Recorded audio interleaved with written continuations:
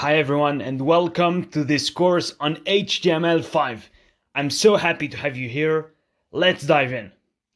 Alright, so before we dive deeper into the topic of HTML and everything that's related to HTML, you just have to keep in mind the following.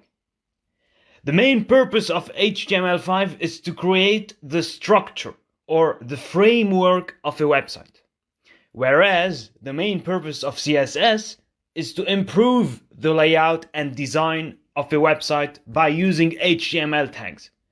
Alright, so HTML is like your bones, basically. It's like your bones. And CSS is like your skin. They are both required to make a perfect body of website. That's a good illustration for you to keep in mind. Alright, so what do we actually mean by HTML? HTML stands for Hyper Text Markup Language. HTML5 is the latest version of HTML and is considered to be more effective. The small difference between the latest and the previous versions of HTML is the introduction of new and different tags. So whenever there is an update, there are new tags that are introduced. We will have some new HTML tags.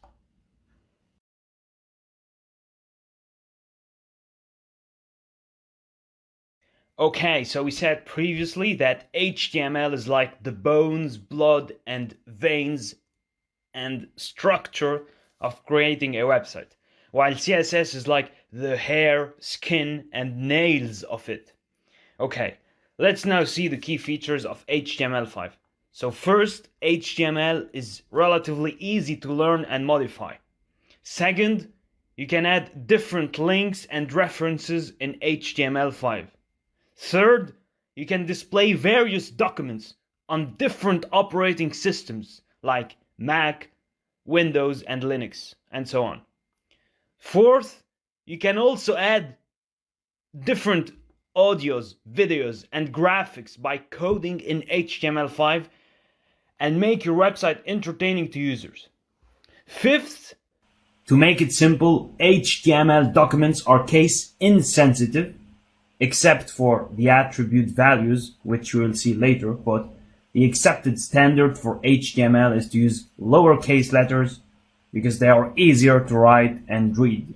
So to sum it up, you can keep in mind that HTML is case insensitive except for a few exceptions.